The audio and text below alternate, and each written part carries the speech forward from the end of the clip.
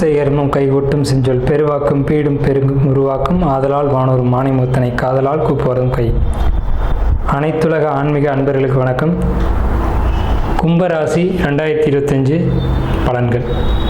வரக்கூடிய புத்தாண்டு 2025 புத்தாண்டு கும்பராசிக்கு என்ன விதமான பலன்களை கொடுக்க இருக்குது அப்படிங்கிறத நம்ம பார்க்குறோம். இந்த ராசி பலன் பார்க்கக்கூடியவங்களே ஃபஸ்ட்டு லிஸ்ட்டில் யார் இருக்காங்க அப்படின்னா கும்பராசி தாங்க. ஏன்னா 7.5 சனி அப்படின்ற ஒரு பயம் அவங்களுக்குள்ளே இருக்குது. ஸோ 7.5 சனி தான் பாதிக்குது இல்லை அப்படிங்கிறது ரெண்டாவது விஷயம்.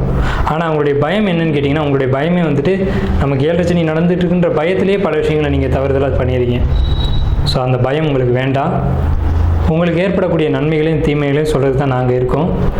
ஸோ வாங்க நம்ம இந்த வருஷம் 2025 வருஷம் என்ன மாதிரியான பலன்கள் நடக்க இருக்குது அப்படிங்கிறத பார்ப்போம். கும்பராசியை பொறுத்த வரைக்கும் இது ஒரு காற்று ராசி. அப்போ நீங்கள் எப்போவுமே ஓப்பன் டாக்காக இருப்பீங்க. பல மனிதர்களுக்கு கலங்கரை விளக்கமாக வழிகாட்டக்கூடியவங்களாகவும் வழிகாட்டுறது மட்டும் இல்லாமல் அவங்க சுமையை நீங்கள் தன்னோட தலைமையில் தூக்கி வச்சக்கூடிய ஒரு நபராக இருப்பீங்க. பல நபருக்கு ஒரு வழியக்க போய் உதவி செய்யக்கூடிய ஒரு அமைப்பு அப்படிங்கிறது உங்கள்கிட்ட. நீங்கள் பொதுவாக சொல்லணும்னா பொதுநலவாதி அப்படின்னு கூட சொல்லலாம். சமுதாயத்தில் ஒரு பொது விஷயங்களுக்காக முக்கியத்துவம் எடுத்துக்கிட்டு போகக்கூடியவங்க யாருன்னு கேட்டிங்கன்னா கும்பராசியும் சிம்மராசியும் தான். அதில் முதல் இடத்துல இருக்கக்கூடியது கும்பராசி தான். கும்பம், அதாவது கோயில் கோபுர கலசத்தை சொல்லலாம். கோயில் கோபுர கலசம் எப்படி எல்லாருக்கும் பொதுவாக இருக்கோ அதே மாதிரி நீங்களும் பொதுவானவர்கள். மற்றவங்க பிரச்சனைக்காக உங்களை நீங்கள் வருத்திக்கக்கூடிய ஒரு நபர் அப்படின்ற ஒரு அமைப்பு இந்த ஜோதிடத்தில் சொல்லப்பட்டிருக்கு. சரி, இந்த 2025 வருஷத்தில் வருட கிரகங்கள்னு சொல்லக்கூடிய சனி பகவான் பயிற்சி இருக்குது. அதே மாதிரி குரு பகவான் பயிற்சி இருக்குது. ராகு கேது இவங்களுடைய பயிற்சி இருக்குது. இந்த 4 கிரகங்களுடைய பயிற்சி உங்களை தலை தப்புமா அப்படின்ற ஒரு கேள்வியும் இருக்குது. ஸோ இந்த கும்பராசிக்கு பொறுத்த வரைக்கும் 5ஆம் வீட்டு குரு, 4ஆம் வீட்டில் இது வரைக்கும் இருந்தவர் 5ஆம் வீட்டுக்கு குரு பகவான் போயிட்டாங்க. 5ஆம் இடம் என்பது ஆள் மனசு. ஸோ அதாவது ஆள் மனசு அப்படின்றத பொறுத்த வரைக்கும் ஆசைகளை சொல்லலாம், ஆடைகளை சொல்லலாம், உங்களுடைய குறிக்கோளை சொல்லலாம். ஸோ இந்த இடத்துக்கு குரு பகவான் வந்துட்டாருன்றது நல்லதா கெட்டதா அப்படின்னு பார்த்தீங்கன்னா ரொம்ப ரொம்ப ரொம்ப பாசிட்டிவான ஒரு விஷயம். உங்கள் மனசுக்குள்ளே ஒரு சக்தி பிறந்துருச்சு. நம்ம ஜெயிச்சிடுவோம், நம்ம வெற்றி அடைஞ்சிடுவோம் அப்படின்ற ஒரு நிலையை யார் கொடுப்பான்னு கேட்டிங்கன்னா இந்த கும்பத்துலேருந்து 5ஆம் வீட்டுக்கு வந்திருக்கூடிய குரு பகவான் கொடுப்பார். அதுலேயும் அவர் பார்த்தீங்கன்னா 2 கூடியவர் 5க்கு வந்திருக்கார். உங்களுக்கு பொருளாதாரத்தை உயர்த்தி அதன் மூலமாக தன்னம்பிக்கைகளை கொடுத்து இது நாள் வரைக்கும் நம்ம தலை தப்புமான்னு நினச்சிருந்தவங்களுக்கு இல்லை, நம்மளும் இந்த சமுதாயத்தில் வளர்ந்து ஒரு பெரிய இடத்த பிடிச்சிடலாம்ன்ற நம்பிக்கை யார் கொடுக்குறாங்கன்னு பார்த்தீங்கன்னா 5ஆம் வீட்டுக்கு வந்திருக்கூடிய குரு பகவான். எப்போவுமே திரிகோணம்னு சொல்லக்கூடிய 5ஆம் வீட்டில் சுபர்கள் இருக்கணும். இந்த 2025 முடிகிற வரைக்குமே குரு பகவான் இருப்பாங்க. ஸோ 2025 உங்களுக்கு பொற்காலமே அப்படிங்கிறதுல மாற்றம் இல்லை கும்பராசியை பொறுத்த வரைக்கும். அதே நேரத்தில் உங்களுக்கு சனி பகவான், ராசிநாதன் சனி பகவான் 2ஆம் வீட்டிலேருந்து 8ஆம் வீட்டை பார்க்குறாங்க. பெண்களாக இருக்கும் பட்சத்தில் அடிவயிறு சார்ந்த பிரச்சனைகளை நீங்கள் சந்திக்க வேண்டி வரும் இந்த 2025. அதில் மாற்றமே இல்லை. ஸோ உடல்நிலையை பொறுத்த வரைக்கும் கவனம் கவனம் கவனம். என்ன பிரச்சனைகளை கொடுக்கும்? அடிவயிறு சம்மந்தப்பட்ட பிரச்சனைகளை கொடுக்கும். ஆப்ரேஷன், யூட்ரஸ் ப்ராப்ளம், இது மாதிரியான தொந்தரவுகளை கொடுத்து அதுக்கான ட்ரீட்மெண்ட்டுகளையும் கண்டிப்பாக கொடுக்கும். ஸோ அதுக்கு நீங்கள் தயாராகிக்கோங்க, உடம்பை பக்குவமாக பார்த்துக்கோங்க. உங்களுக்கு ராசியில் 2ஆம் வீட்டில் இது நாள் வரைக்கும் இந்த ராகு பகவான் ராசிக்கு வந்துட்டார். ராகு அப்படின்னாலே பிரம்மாண்ட கிரகம், பேராசி கிரகம், பொறாமை கிரகம், தவறுதலான ஒரு கிரகம் அப்படின்னு பேர். ஸோ இவர் ராசிக்கு வர்றது நல்லதா கெட்டதா அப்படின்னு கேட்டிங்கன்னா உங்கள் ராசி கும்பராசி. கும்பத்தில் உங்களுக்கு சந்திரன் இருக்கார். அந்த சந்திரன் மேலே ராகுன்ற ஒரு கிரகம் மோதும்போது உங்களுக்கு எண்ணங்களில் மாற்றங்கள், சிந்தனைகளில் மாற்றங்கள், குழப்பங்கள், ஒரு மன அழுத்தம், தேவையில்லாத மன அழுத்தம், காரணமற்ற ஒரு மன அழுத்தம். ஆல்ரெடி இந்த 7 சனியில் உங்களுக்கு மன அழுத்தம் இருக்குது. மன அழுத்தத்துக்கு மேலே மன குழப்பத்தை கொடுக்குற ஒரு அமைப்பு சந்திரன் சனி ராகு அப்படின்ற ஒரு அமைப்பு. ஸோ நீங்கள் மன அழுத்தங்களுக்குள்ளே போயிடாமல் பார்த்துக்கணும். நீங்கள் பாசிட்டிவாக இருந்தாவே எல்லாம் பாசிட்டிவாக நடக்கும், அதில் மாற்றமே இல்லை. ஆனால் இந்த பாசிட்டிவாக இருக்கிறதுக்கு நேர் எதிரான கிரகம் தான் ராகு. எப்போவுமே நெகட்டிவாக திங்க் பண்ணக்கூடியவர் யாருன்னா ராகு தான். அவர் உங்கள் ராசி மேலே உட்காந்துட்டார். ஸோ உங்களுக்கு சிந்தனைகள் பூரா எதிர்மறையாக போயிடும். ஸோ இந்த எதிர்மறையான சிந்தனைகளுக்கு இடம் கொடுக்காதீங்க. ஆண்களாக இருக்கும் பட்சத்தில் போதைகள், போதை வஸ்துகள் மீதான நாட்டம் அப்படிங்கிறது கொடுத்துரும். ஸோ இதுக்கு இடம் கொடுத்துடாதீங்க. ஏன்னா உங்களுடைய வாழ்க்கையை தடுமாற செய்கிறது ராகு தான். ஸோ சிந்தனைகள் மீது ஒரு கவனம். 5ஆம் இடத்துல குரு வந்துட்டார். ஆள் மனசு சுத்தமாக தான் இருக்குது. ஆனால் சிந்தனைகள் தவறாக இருக்கும் பட்சத்தில் அதுக்கு ஒரு சில நிமிடங்கள் நீங்கள் இடம் கொடுத்துட்டிங்கன்னா அது தப்பாக போயிடும். ஸோ இந்த காலகட்டம் கும்பராசிக்கு பொறுத்த வரைக்கும் 2025 போதைக்கு அடிமையாக இருக்கக்கூடியவங்க கூட அதை விட்டு வெளியில் வந்துடுவாங்க. ஆனாலும் சின்ன சின்ன தடமாற்றங்கள் வரத்தான் செய்யும். அதை நீங்கள் கட்டுப்படுத்தணும். அதை கட்டுப்படுத்தினா மட்டும்தான் உங்கள் வாழ்க்கை வந்து ஒரு நல்ல ஒரு பயணத்தை நோக்கி பயணிக்கும், வாழ்க்கையில் வெற்றி அடைய முடியும். உங்களுக்கு ராசிக்கு 12 ராசி வந்து குரு பார்க்குறாங்க, ராசிக்கு 11ஆம் இடத்தை குரு பார்க்குறாங்க, உங்கள் ராசிக்கு வந்துட்டு 9ஆம் இடத்தை குரு பார்க்குறாங்க. ராசிக்கு 9ஆம் இடம் அப்படிங்கிறது ரொம்ப ஒரு சுபமான ஒரு விஷயம். தந்தை ஸ்தானம் அப்படின்னு சொல்லுவாங்க, பூர்வ புண்ணிய ஸ்தானம் சொல்லுவாங்க, பாக்கியஸ்தானம் சொல்லுவாங்க. இதன் மூலமாக என்ன நன்மை சார்னா, நீங்கள் கடனில் இருக்கீங்க இல்லையா கும்பராசிக்காரங்க, கடனை எப்படி அடைக்கிறதுன்னு தெரியாமல் இருக்கீங்க. முன்னோர்கள் சொத்து, அந்த சொத்து வந்து பாக்கியம்தான் உங்களுக்கு.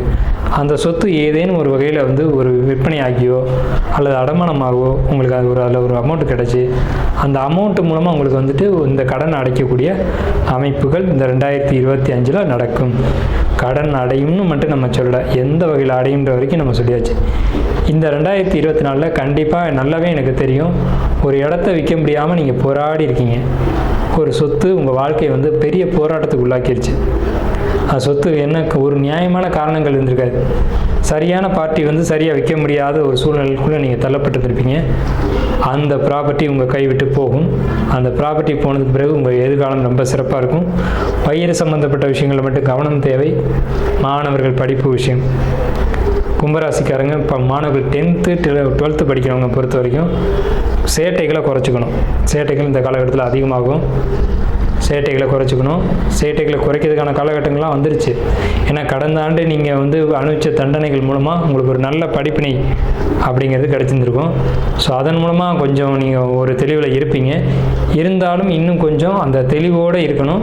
ஏன்னா சந்திரன் மேலே ராகு அப்படின்றப்போ அந்த சேட்டைகள் இன்னும் அதிகரிக்கும், பேராசைகளை தூண்டிவிடும். திருட்டு குணங்கள் அப்படிங்கிறது ராகு தான்.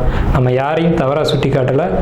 திருட்டு குணங்களை தூண்டிவிடக்கூடியது, மனசுக்குள்ளே ஏற்படக்கூடிய விஷயங்களுக்கு நாம் பொறுப்பாக முடியாது. ஆனால் அந்த சிந்தனைகள் சரியாக தவறான நம்ம முடிவு செய்கிறது நாம் தான் முடிவு செய்யணும். அதுக்கு இடம் கொடுக்கறதும், அந்த எண்ணம் தேவையில்லைன்னு அதை நம்மளை விட்டு விளக்குறதும் நாம் தான் செய்யணும். நமக்குள்ளே வரக்கூடிய எண்ண அலைகளை ஒரு நிமிஷம் கவனித்து எது தேவையானது எது தேவையற்றது அப்படின்றத பிரித்து பகுத்து பார்த்து அதை வந்து சரி செய்யக்கூடிய விஷயங்களை நீங்கள் இந்த காலகட்டத்தில் செய்யணும். ஏன்னா இந்த காலகட்டத்தில் உங்கள் மனசுக்குள்ளே தேவையில்லாத சிந்தனைகள் எல்லாமே வரும் கும்பராசிக்கு. ஏன் இன்னும் தெளிவாக சொல்லணும்னா, நம்ம எதுக்கு வாழணும் அப்படின்ற எண்ணங்கள் கூட தோன்றலாம்.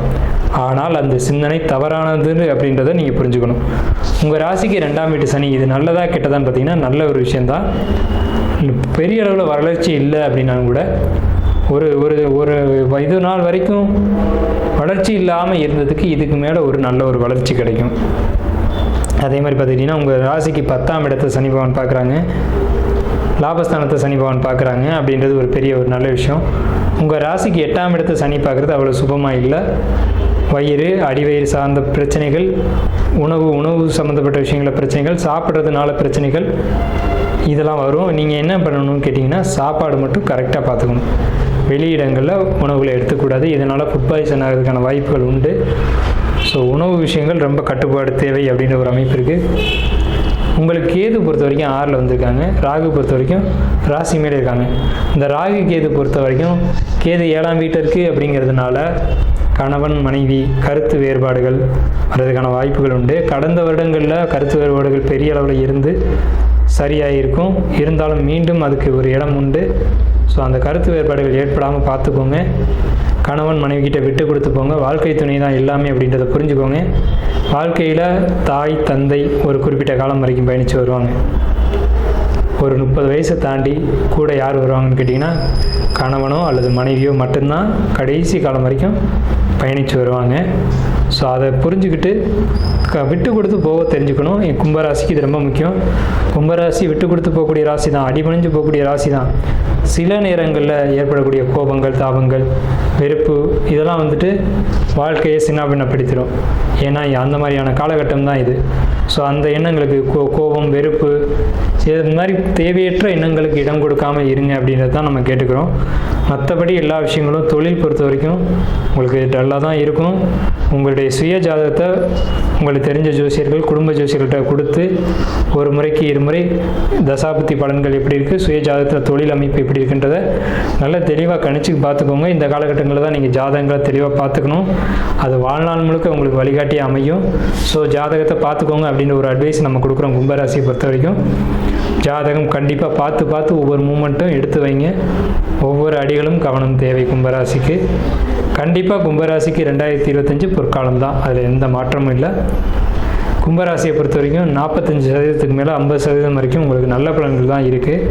வழிபட வேண்டிய வழிபாடுகள் அப்படிங்கிறது பழமையான சிவன் வழிபாடு, பழமையான சிவன் கோயிலில் இருக்கக்கூடிய காலபைரவர் வழிபாடு, துர்க்கையினுடைய வழிபாடு, உக்கிரமான காவல் தெய்வங்களுடைய வழிபாடு, இந்த மாதிரியான வழிபாடுகள் தான் இந்த காலகட்டங்களில் உங்களை காப்பாற்ற முடியும். துர்க்கை நாகத்தினுடைய வழிபாடு அப்படிங்கிறது ரொம்ப ஒரு சிறப்பாக இருக்கும் உங்களுக்கு. ஏன்னு கேட்டிங்கன்னா இந்த கும்பராசியில் சதய நட்சத்திரம் வந்து ரொம்ப முக்கியமான ஒரு நட்சத்திரமாக இருக்குது. ஸோ இந்த மாதிரி பழமையான கோயில்களில் போய் நீங்கள் வழிபாடு பண்ணணும். யாரும் அதிகமாக போகாத, வழிபாடுகள் பண்ணாத, சரியான பாதை வசதி இல்லாத இந்த மாதிரி கோயில்களுக்கு நீங்கள் போய் வழிபாடு பண்ணும்போது உங்களை பார்த்து இன்னொரு 2 பேர் வருவாங்க. அப்போ அந்த கோயில் விருத்தி அடையும். அந்த விருத்திக்கான புண்ணியம் உங்களை வந்து சேரும். ஸோ இந்த ஒரு கோரிக்கையும் வாழ்த்துக்களுடன் நன்றிகளுடன் நம்ம இந்த ஒரு வீடியோ வந்து நிறைவு செய்வோம்.